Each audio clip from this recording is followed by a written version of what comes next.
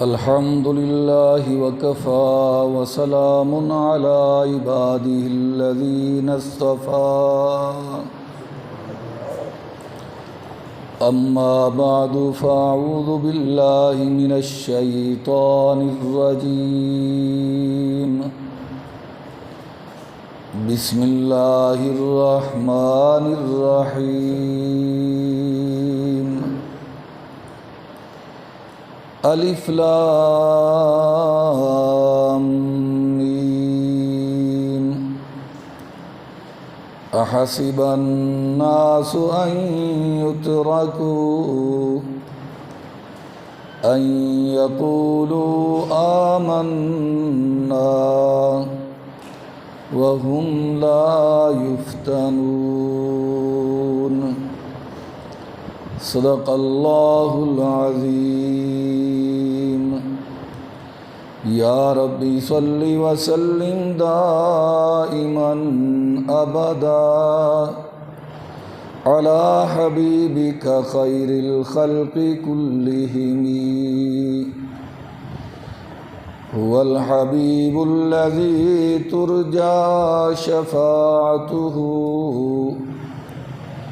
لكل حول من الأحوال مقتحم.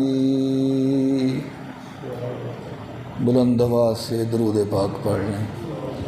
اللہم صل علی محمد وعلی آل محمد کما صلیت علی ابراہیم وعلی آل ابراہیم انک حمید مجید.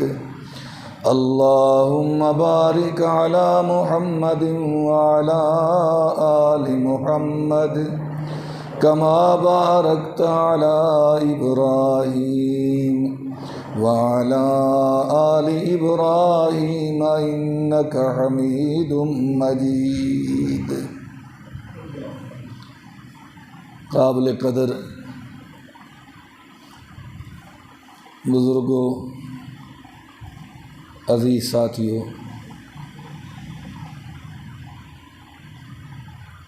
محرم الحرام کا مہینہ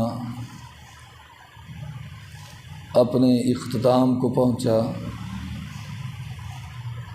سفر المظفر کا آغاز ہو چکا ہے. آج کے مختصر وقت میں ان صحابہ کرام کی شہادت پہ گفتگو کرنی ہے جن کو قبیلہ بنو ازل اور کارن کے لوگ امام الانبیاء صلی اللہ علیہ وسلم کو دھوکہ دے کر لے گئے اور پھر انہیں انتہائی بے دردی کے ساتھ شہید کر دیا. غزوہ احد جس میں اولاً بظاہر صحابہ کرام کو شکست ہوئی تھی. 70 صحابہ کرام نے جام شہادت نوش کیا. 70 صحابہ کرام گرفتار ہوئے. اس سے پہلے جب غزوہ بدر پیش آیا تھا تو 70 کافر مارے گئے تھے اور 70 کافر گرفتار ہوئے تھے. احد کے موقع پہ جب 70 صحابہ کرام نے جام شہادت نوش کیا تو قبیلہ بنو ازل کا ایک آدمی جس کا نام سفیان بن خالد تھا، یہ مکہ مکرمہ میں آیا اور قریش مکہ کو آ کر مبارکباد دی کہ تم نے بدر کے مقتولین کا بدلہ لے لیا ہے احد کے اندر. تعریفیں کی تم بڑے بہادر ہو، بڑے شجاع ہو، تم اپنے دشمن کو کبھی معاف کرنے والے نہیں ہو، مبارکباد دینے کے لیے آیا، اور اسے پتہ چلا کہ ایک عورت جس کا نام سلافہ بنت عامر بن نوفل ہے، اس کے بیٹے بھی میدان بدر میں مارے گئے تھے۔ اس نے یہ منت بھی مانی ہوئی ہے اور اعلان بھی کیا ہوا ہے کہ جو آدمی میرے بیٹوں کے قاتلوں کو گرفتار کر کے لائے گا یا ان کے سر قلم کر کے لائے گا، تو گرفتار کرنے والوں کو یا سر قلم کرنے والوں کو میں 100 قیمتی اونٹ بطور انعام کے دوں گی، اور اپنے بیٹوں کے قاتل کے سر کے پیالہ میں شراب پیوں گی، شراب نوش کروں گی۔ یہ اس نے انعام کا اعلان کر رکھا تھا اور شراب پینے کی منت مان رکھی تھی۔ مکہ میں رہتی تھی۔ جب سفیان بن خالد مکہ آیا اور اس کو اس اعلان کا پتہ چلا تو اب وہ اس سوچ میں پڑ گیا، یعنی یہ پروگرام بنانے لگا کہ کسی طریقہ سے اس عورت کے بیٹے جن کا نام حضرت عاصم رضی اللہ تعالیٰ عنہ ہے، حضرت عاصم، ان کو گرفتار کراؤں یا قتل کروں اور ان کا سر لے کر سلافہ کے پاس پیش کروں تاکہ قیمتی 100 اونٹوں کا انعام مجھے مل جائے۔ لالچ بہت برا ہوتا ہے، حرص بہت بری ہوتی ہے۔ انسان لالچ میں آ کر کچھ بھی کرنے کے لیے تیار ہو جاتا ہے۔ چنانچہ اس نے اپنے قبیلہ کے 7 آدمیوں کو تیار کیا کہ تم جاؤ آمنہ کے لال حضرت محمد مصطفیٰ احمد مجتبیٰ صلی اللہ علیہ وسلم کے پاس، اور انہیں جا کر کہو ہماری قوم کے لوگ مسلمان ہو چکے ہیں لیکن انہیں اسلامی تعلیمات کا پتہ نہیں، احکامات کا پتہ نہیں، نماز کس طرح پڑھنی ہے، روزہ کس طرح رکھنا ہے، اور اسلام کے باقی احکامات کیا ہیں انہیں پتہ نہیں ہے۔ آپ اپنے صحابہ کرام میں سے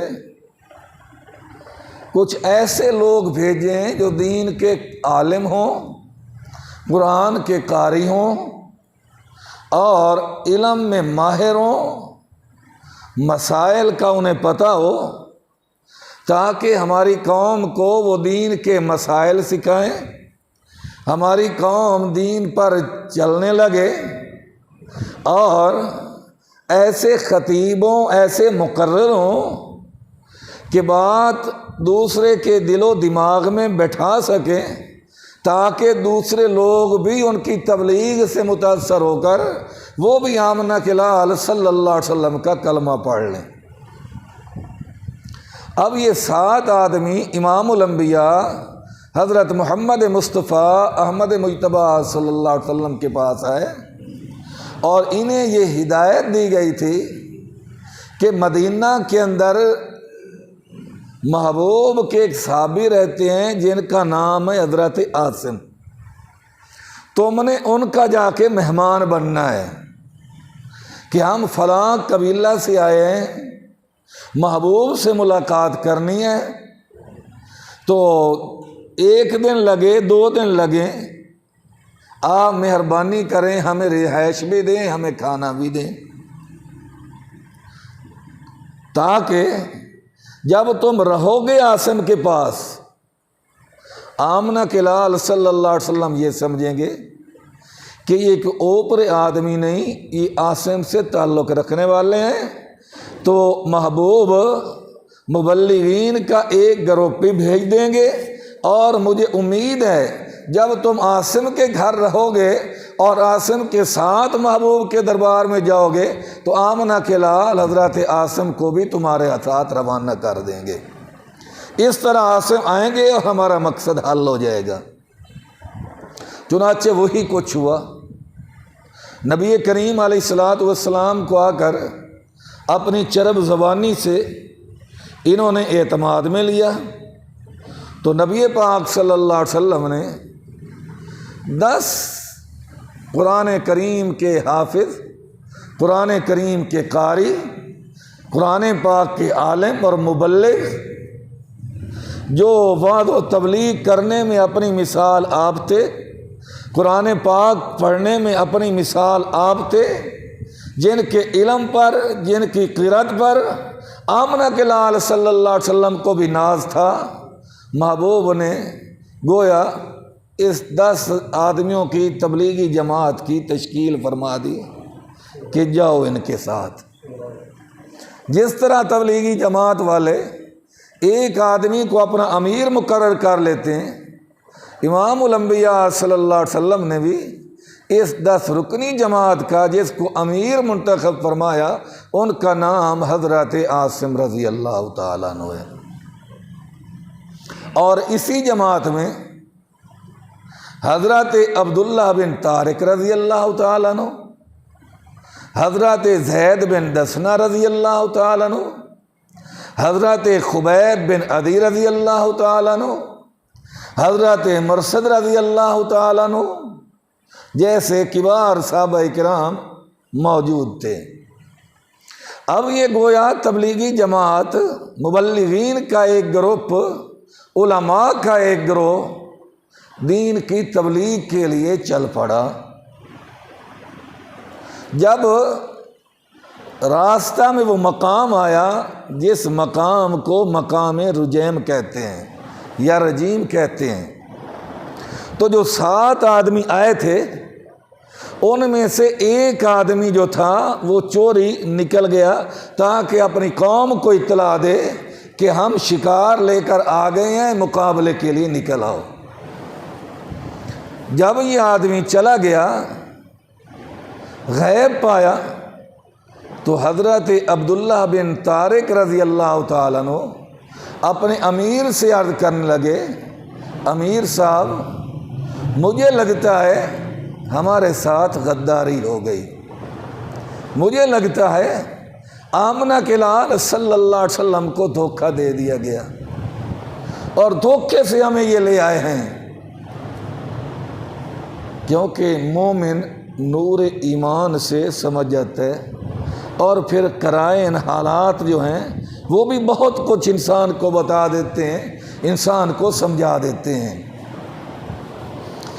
حضرت عاصم نے فرمایا لگتا مجھے بھی یہ ہے، لیکن اب ہو ہی کیا سکتا ہے، اب آ گئے ہیں، اللہ کا تعالیٰ کی ذات کو کافی سمجھو۔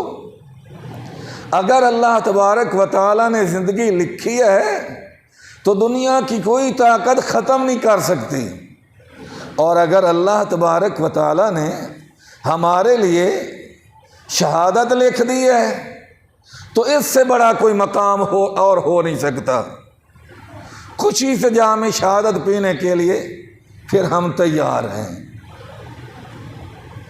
چنانچہ کچھ ہی وقت گزرا کہ وہ آدمی جو 7 آدمیوں میں سے ایک نکلا تھا وہ سیدھا پہنچا اسی سفیان بن خالد کے پاس جس نے انہیں بھیجا تھا۔ سفیان بن خالد کو اطلاع دی تو سفیان بن خالد 200 آدمیوں کا گروپ لے کر، مسلح آدمی لے کر مقابلے کے لیے آ گئے۔ اب ادھر محبوب نے جو جار بھیجے ہیں وہ 10 ہیں، اور مشرک جو مقابلے کے لیے آئے ہیں وہ 200 ہیں۔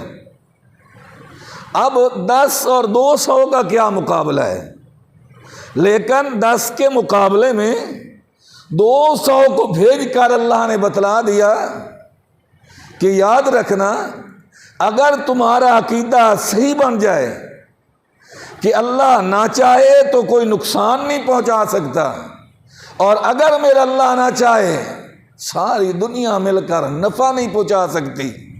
اگر یہ عقیدہ کسی کا بن گیا تو پھر ایک صحیح عقیدے والا 20 مشرکوں کا اکیلا مقابلہ کر سکتا ہے۔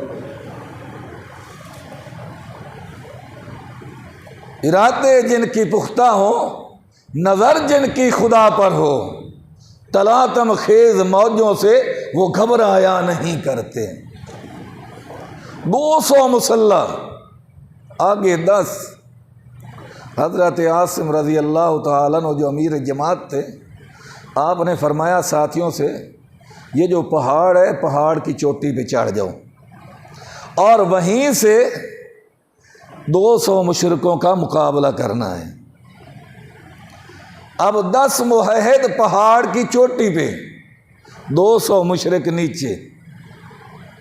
اب نیچے تو جمگٹا ہے، اگر بغیر نشانہ پکائے ہی کوئی تیر پھینک دیں تو سیدھا کسی نہ کسی کو لگتا ہے، لیکن یہ نیچے سے اوپر تیر پھینک دیں، کوئی ادھر ہو جاتا ہے کوئی ادھر ہو جاتا ہے۔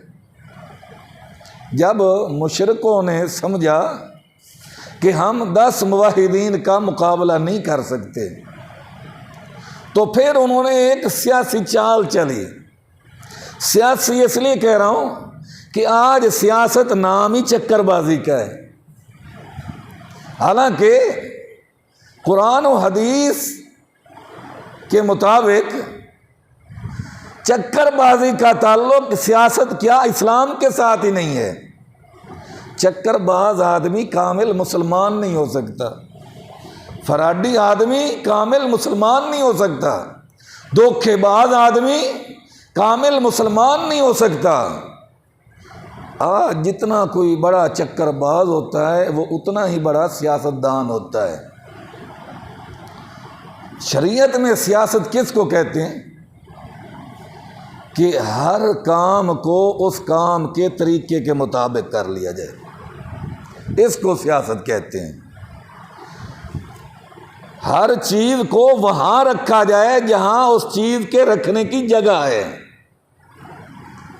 مثال کے طور پہ قرآن پاک ہے، قرآن پاک رکھنے کی جگہ الماری ہے، تو اب قرآن پاک کی جو جگہ ہے وہاں رکھ دینا یہ سیاست ہے، اور اس جگہ سے ہٹ کر کہیں اور رکھ دینا یہ سیاست نہیں ہے۔ آج سیاست نام ہے کہ آدمی کو قابو کرنا ہے، چاہے مجھے جھوٹا قرآن سر پہ رکھنا پڑے، تمہارے سولنگ لگواؤں گا، تمہاری سڑکیں بنواؤں گا، تمہارے گٹر بنواؤں گا، یہ کروں گا وہ کروں گا، جو مرضی سامنے لے لو۔ لیکن جب کامیاب ہو گیا تو اب ملنے جاؤ تو وہ کہتا ہے کچھ آپ کو دیکھا ہوا ہے، آپ کون ہیں، کہاں سے آئے ہیں، کیا کام ہے، کام بتاؤ، اچھا سوچیں گے۔ تو یہ چکر ہے، یہ دھوکہ ہے، یہ سیاست نہیں ہے۔ تو آج کی زبان کے لحاظ سے سیاست کہہ رہا ہوں، جو سیاست آج کے سیاستدان کرتے ہیں، یہی سیاست کفار مکہ نے، قریش مکہ نے، کافروں نے کی۔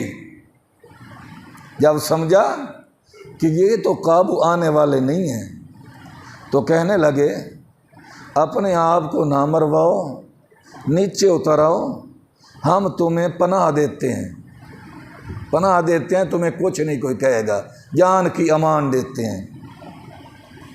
اب ہمارے ہاں تو یہ بات اتنی بڑی نہیں، جس بات کی وجہ سے آدمی پہاڑ چھوڑ کر دشمن کے قبضے میں آ جائے، لیکن عرب کے اندر یہ بات پتھر پہ لکیر سمجھی جاتی تھی۔ چاہے کوئی کتنا گیا گزرا ہو، کافر ہو، مشرک ہو، بے ایمان ہو، مسلمان ہو، کوئی ہو، جب وہ کہہ دیتا کہ میں نے تجھے امان دی ہے تو اپنی جان قربان کر دیتا، جس کو امان دی ہوتی اس کے پاس اس کو ذرہ برابر نقصان نہ پہنچنے دیتا۔ یہ لفظ ہی ایسا تھا، اس میں دھوکے کا سوچا ہی نہیں جا سکتا تھا کہ کسی نے کہہ دیا میں نے امان دی ہے تو بس امان ہو گئی۔ اب جب یہ لفظ بولا گیا تو حضرت عاصم رضی اللہ تعالیٰ نے فرمایا، جو امیر جماعت تھے، فرمایا مشرک کی پناہ میں آنے سے بہتر ہے کہ میں رب کی پناہ میں رہوں۔ ہم مشرکوں کی پناہ نہیں قبول کریں گے، اللہ کی پناہ میں رہیں گے۔ بہرحال نتیجہ کیا نکلا؟ نتیجہ یہ نکلا کہ 7 صحابہ کرام جام شہادت نوش کر گئے، یک بعد دیگرے۔ پیچھے بچ گئے 3، حضرت عبداللہ بن طارق، حضرت خبیب بن عدی اور حضرت زید بن دسنہ رضی اللہ تعالیٰ عنہ۔ یہ حضرت عاصم رضی اللہ تعالیٰ عنہ، ان کی شہادت کا بھی عجیب واقعہ ہے۔ پہاڑی پہ ہیں، چاروں طرف سے تیر برس رہے ہیں، اور جب یقین ہو گیا کہ اب میں دنیا میں نہیں رہوں گا، اب جام شہادت نوش کروں گا، امیر جماعت کو جب یقین ہو گیا تو یوں ہاتھ اٹھا کر عرض کیا، اللہم اخبر انا رسولک، اللہم اخبر انا رسولک، اللہ اپنے رسول کو ہمارے حال کی خبر دے دے۔ تیرے رسول نے تو ہمیں دین کی تبلیغ کے لیے بھیجا تھا، وعظ و نصیحت کے لیے بھیجا تھا، دین سکھانے کے لیے بھیجا تھا، لیکن ہمارے ساتھ کیا ہوا؟ کیا غداری ہوئی؟ کیا دھوکہ ہوا؟ اللہم اخبر انا رسولک، اے اللہ ہماری اس حالت کی خبر اپنے رسول حضرت محمد پاک علیہ السلام کو دے دے۔ اب ثابت کیا ہوا کہ حضرت عاصم رضی اللہ تعالیٰ عنہ کو پتہ تھا، یقین تھا، بلکہ حضرت عاصم کا عقیدہ تھا 10 صحابہ سمیت کہ غیب کو جاننے والا اللہ کے سوا اور کوئی نہیں۔ اگر حضرت عاصم کو پتہ ہوتا یا حضرت عاصم کا عقیدہ ہوتا کہ آمنہ کے لال صلی اللہ علیہ وسلم کو غیب کا علم ہے، آمنہ کے لال کو ذرے ذرے کا علم ہے، تو حضرت عاصم کبھی نہ کہتے اللہم اخبر انا رسولک، اللہ تو اپنے رسول کو ہمارے حال کی خبر دے۔ حضرت عاصم تو سمجھتے کہ آمنہ کے لال کو پتہ ہے۔ اور اگر زیادہ گہرائی میں جاؤ، بات سمجھنا بالکل آسان ہے، ہم نے لوگوں کو غلط فہمی میں ڈال رکھا ہے۔ آپ سوچیں اور میری بات کا جواب دیں کہ اگر نبی پاک کو ذرے ذرے کا علم ہوتا تو آیا محبوب کو پتہ نہ ہوتا کہ یہ جو 7 آدمی بے ایمان آئے ہیں یہ 7 ٹولہ ہے؟ کبھی ان کی باتوں میں آ کر 10 صحابہ کرام کو بھیجتے؟ محبوب فرماتے چلو مجھے پتہ ہے تم سازش کر کے آئے ہو، سفیان بن خالد نے تمہیں بھیجا ہے، تم حضرت عاصم کا سر لینا چاہتے ہو، 100 اونٹوں کے انعام کے تم طالب ہو، چلے جاؤ، میں کس صورت اپنے صحابہ کو تمہارے حوالے نہیں کرنا چاہتا۔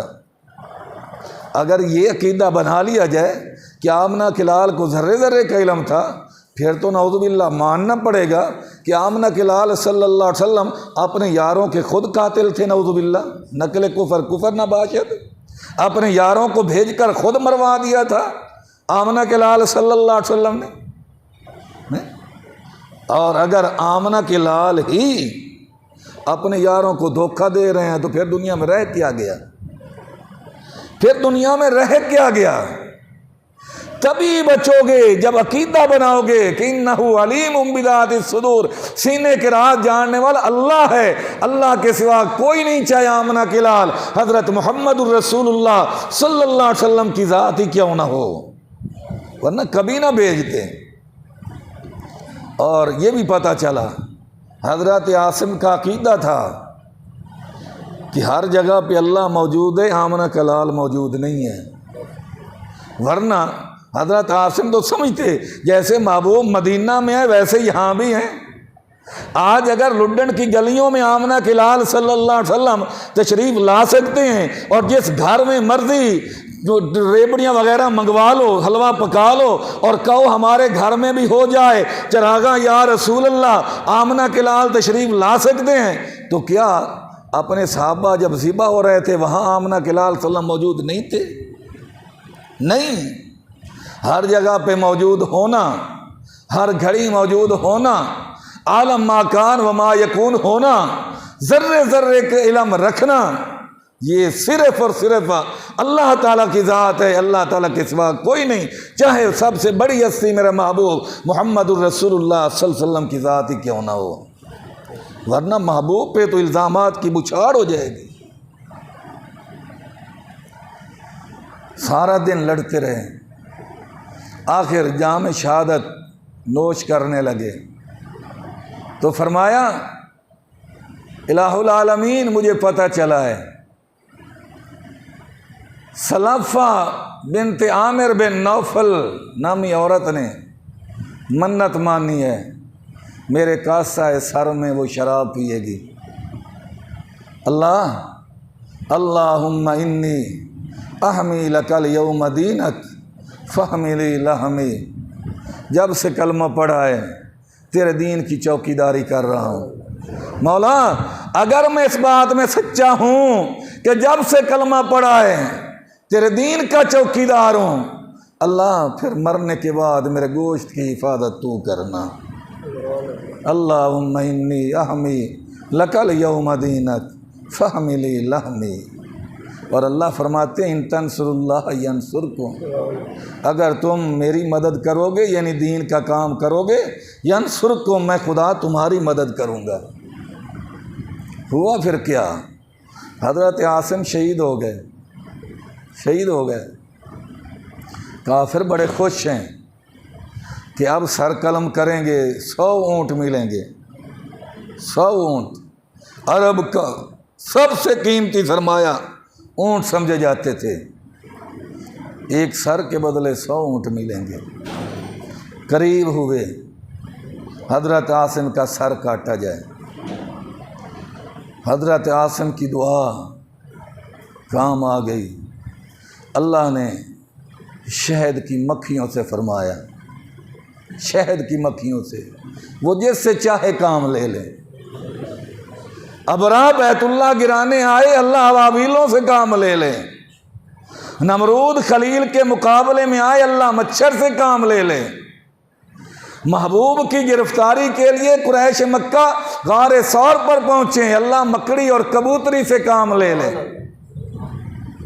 اور ابو جہل بن ٹھن کر مسلح ہو کر میدان میں آئے، اللہ حضرت معوذ و معاذ چھوٹے چھوٹے بچوں سے کام لے لے، اس سے کون پوچھنے والا ہے؟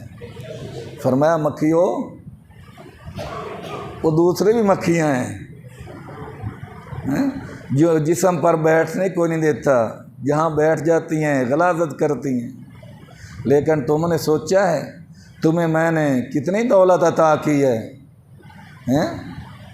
پھلوں کا رس چوستی ہو، فصلوں کا رس چوستی ہو، لیکن میں تمہارے اندر وہ شہد پیدا کر دیتا ہوں، شہد، وہ شہد کہ فیہ شفاء للناس۔ کسی دوائی کی گارنٹی نہیں کہ اس دوائی کے اندر شفا ہے، لیکن شہد کی گارنٹی خود اللہ نے دی ہے۔ یخرج من بطونها شراب مختلف الوانہ فیہ شفاء للناس، فرمایا مکھیوں کے پیٹ سے نکالتا ہوں، رنگ مختلف ہوتا ہے لیکن فیہ شفاء للناس، اس شہد میں نے لوگوں کے لیے شفا رکھ دی ہے، گارنٹی ہے کہ شہد میں شفا ہے، شہد میں شفا ہے۔ گرمی کا موسم ہے تب بھی شفا ہے، سردی کا موسم ہے تب بھی شفا ہے، دن کو استعمال کرو تب بھی شفا ہے، رات کو استعمال کرو تب بھی شفا ہے۔ شہد بلا دھڑک استعمال کرو، کسی کے روکنے سے نہ رکو، کیونکہ خود رب نے جب کہہ دیا فیہ شفاء للناس تو پیچھے رہ کیا گیا۔ فرمایا اتنی بڑی دولت دی ہے، آج موقع ہے، شکر ادا کر لو۔ اللہ کیسے شکر ادا کریں؟ فرمایا لاش عاصم کی ہے، آج پہرا تمہارا ہے۔ روایات میں آتا ہے مکھیاں قطار بنا کے کھڑی ہو گئی، پہلی قطار، دوسری، تیسری، چوتھی، جس طرح ہم صفیں بنا کے نماز پڑھتے ہیں اس طرح شہد کی مکھیاں کھڑی ہیں۔ مشرک آگے بڑھتے ہیں، 10-12 مکھیاں ڈانگ مار دیتی ہیں۔ کوئی مشرک ادھر بھاگ گیا، کوئی ادھر بھاگ گیا، کوئی ادھر بھاگ گیا۔ مکھیوں کا پہرا ہے۔ جو مشرک مکھی کا مقابلہ نہ کر سکے، جو مشرک مکھی کا مقابلہ نہ کر سکے، بھلا وہ موحد کا مقابلہ کیسے کر سکتا ہے؟ مثل الذین اتخذوا من دون اللہ کمثل العنکبوت اتخذت بیتا وَإِنَّ أَوْهَنَ الْبُيُوتِ لَبَيْتُ الْعَنْكَبُوتِ لَوْ كَانُوا يَعْلَمُونَ۔ فرمایا اگر سمجھو تو گھروں میں سب سے کمزور گھر مکڑی کا جالہ ہوتا ہے، دلوں میں سب سے کمزور دل مشرک کا ہوتا ہے۔ بھائی قرآن ہے، 20واں پارہ ہے۔ سارا دن مکھیوں نے پہرا دیا، اب کہنے لگے چلو واپس چلتے ہیں۔ رات کا وقت ہوگا، مکھیاں چلی جائیں گی اپنے چھتوں میں اور پھر آئیں گے، سر کاٹ لیں گے۔ یہ چلے گئے، شام کا وقت ہوا، اللہ نے بارش اتار دی۔ اتنی بارش آئی، اتنی بارش آئی، حضرت عاصم کی لاش کو بہا کر لے گئی۔ آج تک پتہ ہی نہیں حضرت عاصم کی لاش کہاں محفوظ ہوئی۔ جب سیدنا فاروق اعظم رضی اللہ تعالیٰ عنہ بعد میں بھی فرمایا کرتے تھے، کچھ اللہ کے بندے عاصم جیسے ایسے بھی ہوتے ہیں جن کی مرنے کے بعد بھی اللہ اسی طرح حفاظت کرتا ہے جس طرح زندگی میں اللہ حفاظت کرتا ہے۔ مکھیوں سے کیوں اللہ نے کام لیا؟ اللہ کو پتہ تھا کوئی وقت آ سکتا ہے، جیل کی کال کوٹڑی کے ڈر سے، بیڑیوں کے ڈر سے، ہتھ کڑیوں کے ڈر سے، تختہ دار کے ڈر سے، معاشرے کے ڈر سے، ماحول کے ڈر سے لوگ میرے محمد کے یاروں کا دفاع کرنا چھوڑ دیں، میرے مصطفیٰ کے یاروں کا دفاع کرنا چھوڑ دیں، میرے مصطفیٰ کے یاروں کی عزت و ناموس کے لیے لڑنا چھوڑ دیں، ڈر کر گھر بیٹھ جائیں۔ تو فرمایا یاد رکھنا میں خدا تمہارا محتاج نہیں ہوں کہ تم سے مصطفیٰ کے یاروں کی حفاظت کراؤں۔ تم نہیں کرو گے میں مکھیوں سے یہ کام لے رکھ سکتا ہوں، تم نہیں کرو گے میں مچھروں سے یہ کام لے سکتا ہوں، تم نہیں کرو گے میں ابابیلوں سے یہ کام لے سکتا ہوں، تم نہیں کرو گے تو میں خدا بھیڑوں سے یہ کام لے سکتا ہوں، تمہارا محتاج نہیں ہوں۔ تم خوش قسمت ہو کہ تمہاری زندگی صحابہ اکرام کے نام لگ جائے، محمد کے یاروں کی کر لو غلامی، اگر چاہتے ہو ملے نہ ناکامی، جوانوں لٹا دو انہی پہ جوانی، اگر چاہتے ہو ملے نہ ناکامی۔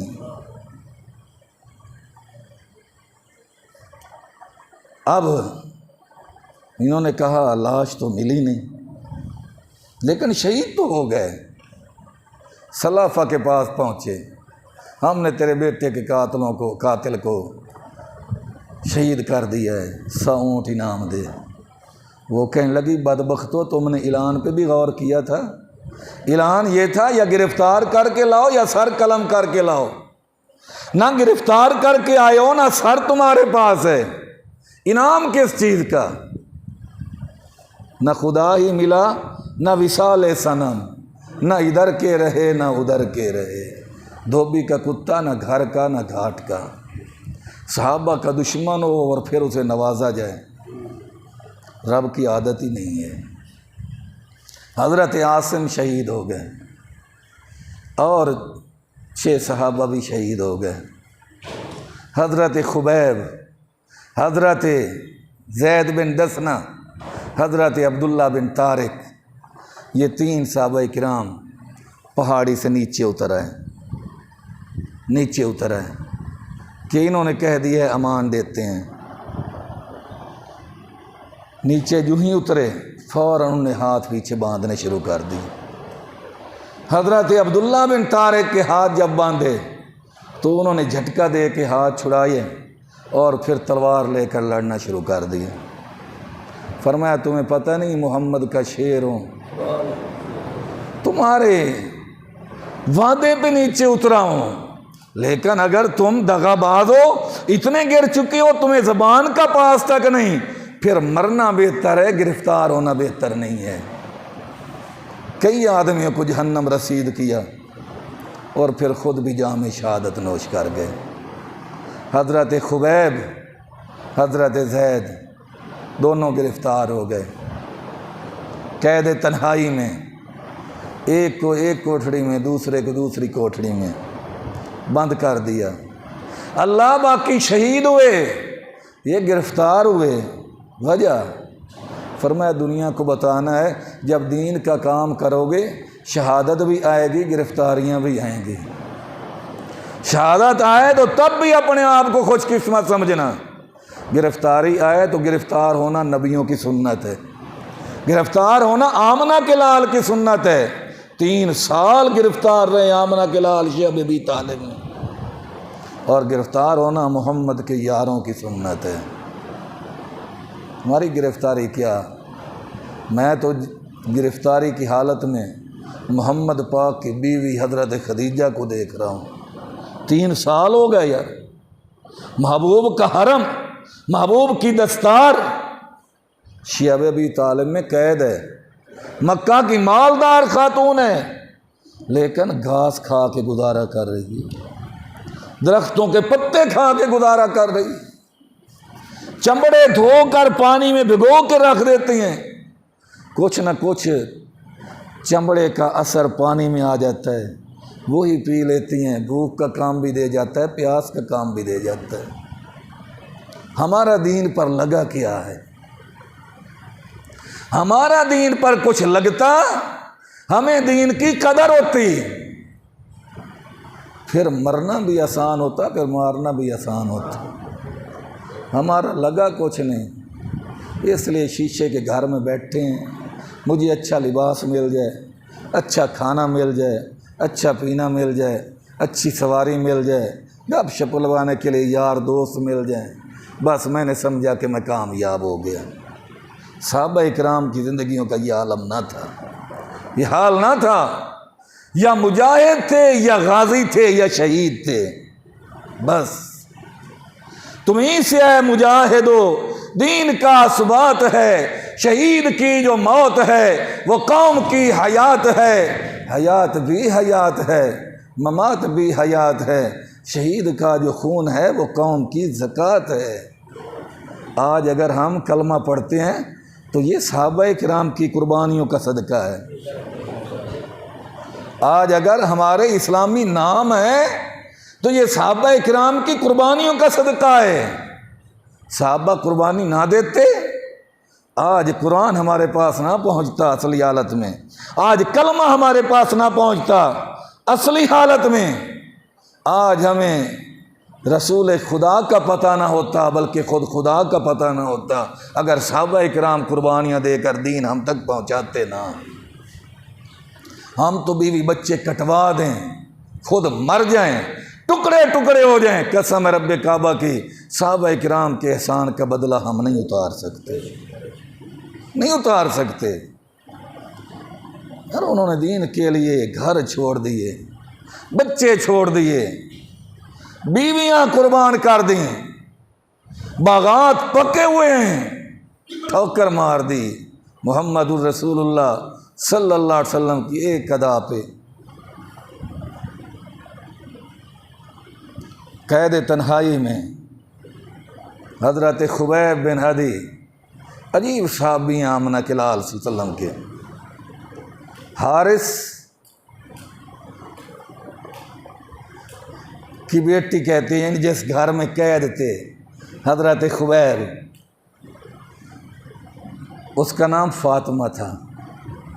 وہ کہتی ہے میں تمہیں کیا بتاؤں، لقد رأیتہ یأکل من قطعۃ عنب، اللہ کی قسم میں نے خبیب کو کئی مرتبہ دیکھا انگوروں کا خوشہ ہے اور انگور توڑ توڑ کے کھا رہا ہے، وَأَنَّهُ مُوَسَّكٌ بِالْحَدِيدِ، حالانکہ ہاتھوں میں ان کے لوہے کی ہتھکڑیاں، پاؤں میں بیڑیاں ہیں، کمرہ بند ہے۔ اور مکہ کے اندر وما بھی مکہ تھا بھی ثمرتن، مکہ کے اندر کسی پھل کی موسم ہی نہیں ہے، کسی پھل کی موسم ہی نہیں ہے، لیکن خبیب قید کے اندر تازہ انگور۔ میں نے کہا پھر بتاؤ تیرا دل کیا کہتا ہے، خبیب کو انگور کون دے جاتا ہے؟ دشمن کی بیٹی کہتی ہے وما من رزق الا رزقہ اللہ، الا رزقہ اللہ، الا رزقہ اللہ۔ میرا دل تو کہتا ہے اللہ خاص طور پہ اس کے لیے رزق اتارتا تھا۔ وَأَنَّهُ مُوَسَّكٌ بِالْحَدِيدِ، ان صحابہ پہ تان، ان صحابہ پہ تشنیع، ان صحابہ پہ تنقید، یار میں کیسے کر سکتا ہوں؟ جو جیل میں بند ہو جائیں تو انگور اللہ جنت سے بھیجے کھاؤ۔ مخلوق نے کہا دنیا کا کھانا بند ہے، فرمایا ضرورت ہی نہیں، میں جنت کا کھانا بھیجوں گا۔ مخلوق نے کہا دنیا کا پانی بند ہے، فرمایا ضرورت ہی نہیں، میں جنت سے پانی بھیجوں گا۔ تم کھانے کی بات کرتے ہو، میں انگور بھیجوں گا، فروٹ بھیجوں گا مصطفیٰ کے یاروں کے لیے۔ یہ صرف مصطفیٰ کے یار نہیں ہیں، جب سے مصطفیٰ کی صحبت میں گئے ہیں میرے بھی یار بن گئے ہیں، میرے بھی یار بن گئے ہیں۔ رضی اللہ عنہم ورضوا عنہ اولئک حزب اللہ، اللہ کہتا ہے یہ اللہ کی جماعت ہے۔ اولئک حزب اللہ، یہ اللہ کی جماعت ہے۔ الا ان حزب اللہ هم المفلحون، خبردار خبردار، ٹل لگا لو، جتن لگا لو، کامیاب اللہ کی جماعت ہی ہوگی۔ قرآن کا فیصلہ ہے، کسی اور کا تو فیصلہ نہیں ہے۔ کئی دنوں کے بعد اعلان کر دیا گیا پورے مکہ کے اندر ارد گرد، خبیب و زید کو پھانسی پہ چڑھانا ہے، منظر دیکھنے کے لیے آ جاؤ۔ پورا مکہ آیا ہوا ہے، اور جس نے سنا دور دراز سے لوگ، آج محمد کے یاروں کو سرے عام پھانسی دی جائے گی۔ ہاتھوں میں ہتھکڑیاں ہیں، ادھر سے حضرت خبیب آئے، ادھر سے حضرت زید آئے، ہوئے یکجا خبیب و زید، بچھڑے سے کئی دن سے نگاہیں ہو گئیں روشن، ستارے مل گئے ان کے۔ زید نے خبیب کو دیکھا، خبیب نے زید کو دیکھا، آنکھوں ہی آنکھوں میں اشارہ ہو گیا، اب ملاقات جنت میں ہوگی۔ یہ ایک اللہ کے بندے، یہ دو احرار، دو قیدی، یہ ایک توحید کے پابند، دو مختار، دو قیدی۔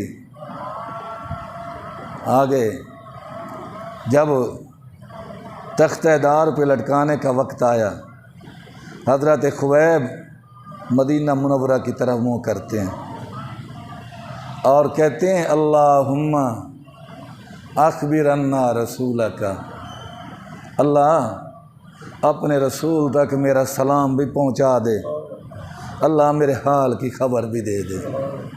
اے باد صبا جامی شہر مدینے تے دیویں سنیہا میرا، مکے والیاں سولی دیتا یار خبیب جو تیرا، جا آنکھی ہوائے نہیں جے تیرا گزر ہوئے، میں تو مر کے بھی نہیں مردہ جی آقا تیری نظر ہوئے۔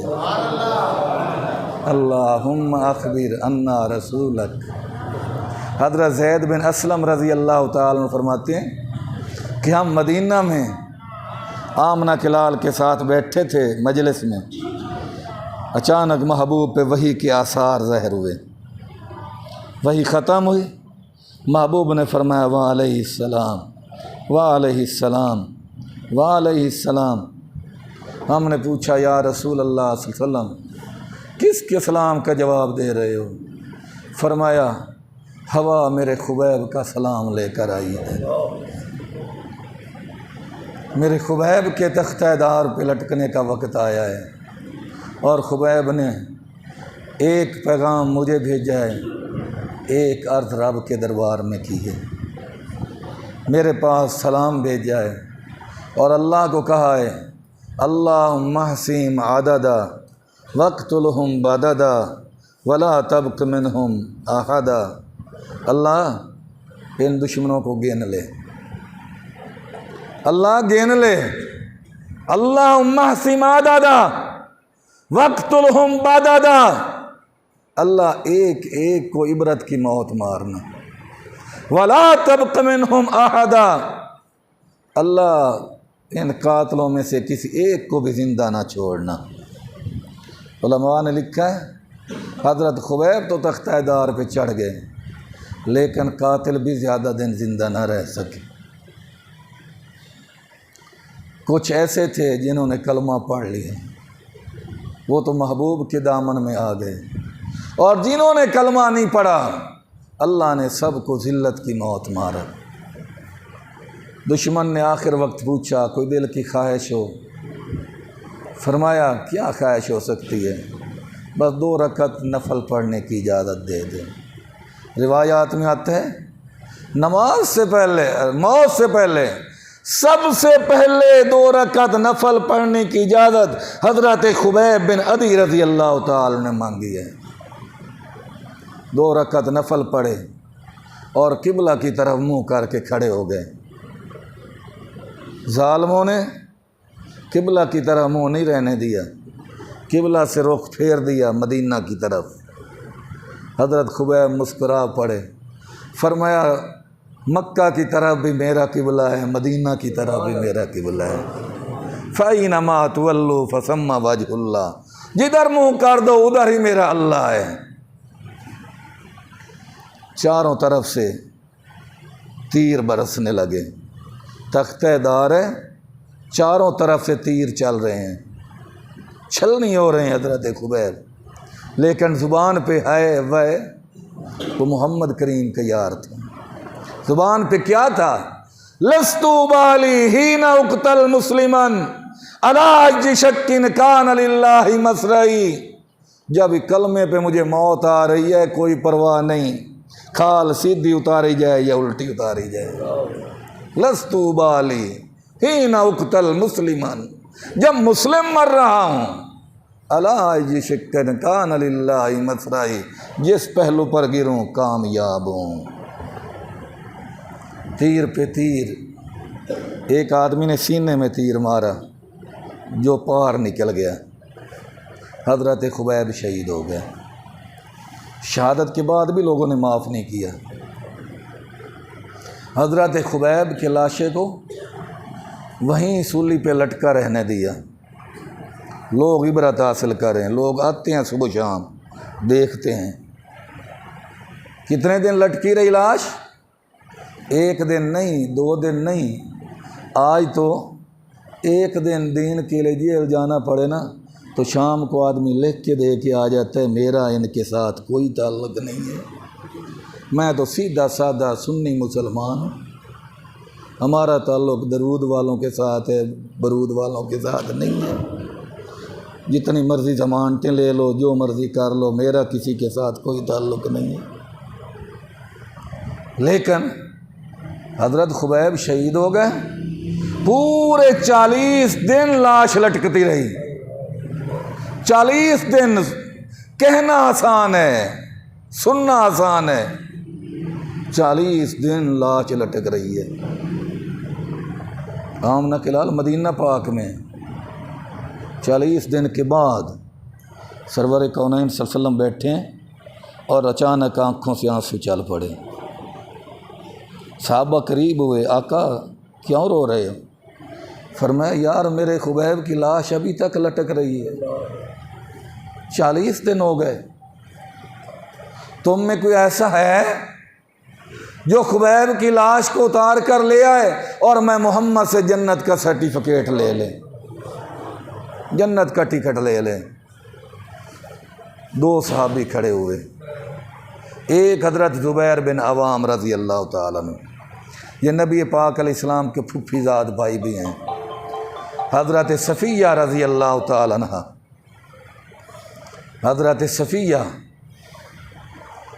کے بیٹے ہیں زبیر بن عوام اور دوسرے حضرت مقداد بن اسود رضی اللہ تعالیٰ عنہما، دو کھڑے ہو گئے، عرض کرنے لگے یا رسول اللہ صلی اللہ علیہ وسلم، دعا دینا آپ کا کام ہے، خبیب کی لاش لے کے آنا ہمارا کام ہے۔ محبوب نے فرمایا میں محمد کی دعائیں بھی لے لاؤ، جنت کے سرٹیفکیٹ بھی لے جاؤ۔ دونوں چل پڑے۔ فرماتے ہیں رات کو ہم سفر کرتے اور دن کو کہیں چھپ جاتے کہ دشمن کو پتہ نہ چلے۔ رات کو اندھیرا چھایا پھر سفر شروع، دن کا اجالا ہوا تو پھر چھپ گئے۔ فرماتے ہیں حتیٰ کہ ہم پہنچ گئے مقتل، دھوبی گھاٹ، پھانسی گھاٹ پہنچ گئے۔ دیکھا حضرت خبیب کی لاش لٹک رہی ہے اور خون کے قطرے ٹپک رہے ہیں۔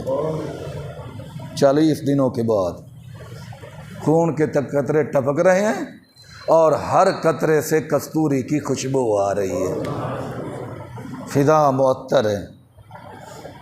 40 آدمی ارد گرد تلواریں ہاتھ میں لیے پہرا دے رہے ہیں۔ جب ہم وہاں پہنچے تو سب کو نیند آنے لگی، اس کے سوا تو سب ہی سوتے ہیں۔ اللہ نے سب پہ نیند طاری کر دی۔ ہم نے آرام سے حضرت خبیب کی لاش کو اتارا۔ حضرت زبیر فرماتے ہیں میں نے اپنی جھولی میں رکھا، گھوڑے پہ سوار ہوئے اور سواریاں دوڑانا شروع کی۔ صبح صادق کا وقت ہوا تو ان کی آنکھ کھلی اور دیکھا لاش تو ہے ہی نہیں۔ تعاقب شروع کیا، تلاش شروع کی۔ فرماتے ہیں سواریاں دوڑاتے دوڑاتے ہمارے قریب آ گئے۔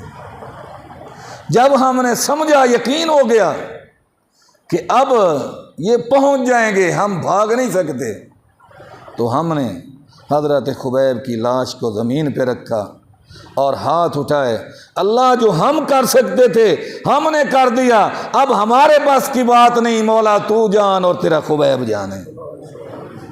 بس اتنا کہنا تھا، زمین کھل گئی، حضرت خبیب زمین کے اندر چلے گئے، زمین مل گئی۔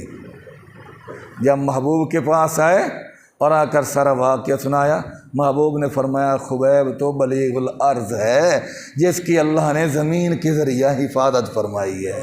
من کان للہ کان اللہ لا، جب انسان اللہ کا بن جاتا ہے پھر اللہ اس کا بن جاتا ہے، پھر اس طرح اللہ حفاظت کرواتا ہے۔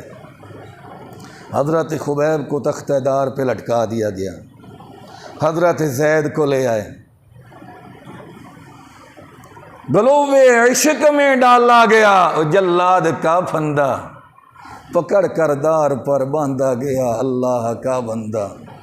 نہ جانے محبت کے یہ کیا اسرار ہوتے ہیں، جو سر سجدوں میں جھکتے ہیں وہ زینت دار ہوتے ہیں۔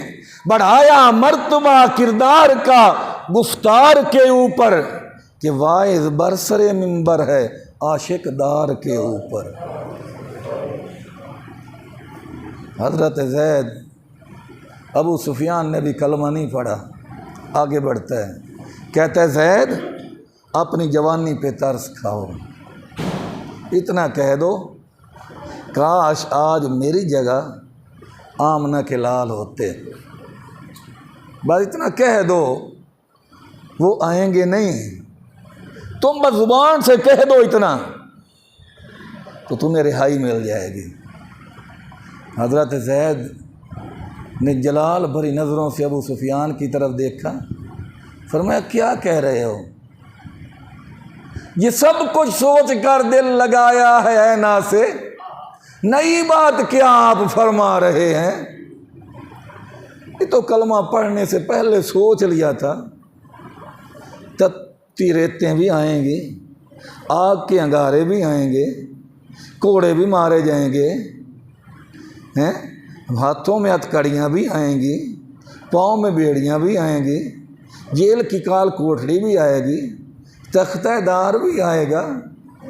یہ تو وہ کہے نا جنہوں نے بغیر سوچے سمجھے کلمہ پڑھا ہو، ہم نے تو سوچ سمجھ کر کلمہ پڑھا ہے، اس لیے یہ سب کچھ ہے گوارا، مگر یہ ہرگز ہو نہیں سکتا کہ ان کے پاؤں کے تلوے میں ایک کانٹا بھی چبھ جائے۔ ایک جان نہیں، اللہ سینکڑوں جاننے دے، ایک ایک قربان کر سکتا ہوں۔ زبان پہ تو ایک طرف، دل میں سوچ بھی نہیں سکتا کہ کاش میری جگہ آمنہ کے لال صلی اللہ علیہ وسلم ہوتے۔ زید تختہ دار پہ لٹک گئے، لیکن ابو سفیان کے دل پہ دستک دے گئے۔ ابو سفیان باقی مشرکوں سے مخاطب ہو کے کہتا ہے، قریشیو، میں نے بڑے بڑے ملکوں کے دورے کیے ہیں، بڑے بڑے شہروں میں گیا ہوں، بڑے بڑے سرداروں کی محفل میں بیٹھا ہوں، بڑے بڑے بادشاہوں کی محفل میں بیٹھا ہوں، بڑے بڑے جرنیلوں سے ملاقات کی ہے، لیکن کعبے کے رب کی قسم اٹھا کر کہتا ہوں، جتنی محبت محمد کے یار محمد مصطفیٰ صلی اللہ علیہ وسلم سے کرتے ہیں، اتنی محبت کوئی اپنے لیڈر سے، اپنے قائد سے، اپنے مقتدا سے، اپنے پیشوا سے نہیں کرتا۔ اس لیے محمد کے یاروں کی کر لو غلامی، اگر چاہتے ہو ملے نہ ناکامی، جوانوں لٹا دو انہی پہ جوانی، اگر چاہتے ہو ملے نہ ناکامی، کھڑے ہو کے جنگل میں وہ جو اعلان کرتے تو تعظیم سارے ہی حیوان کرتے، وہ پانی پہ بھی کر گئے حکمرانی، جوانوں لٹا دو انہی پہ جوانی، خدایا مجھے دے دے فاروق کی جلالت، خدایا مجھے دے دے فاروق کی جلالت، یا رب مجھے دے غنی کی سخاوت، ملے وہ گلی جس میں ہوں رومی جامی، جوانوں لٹا دو انہی پہ جوانی، محمد کے یاروں کی کر لو غلامی۔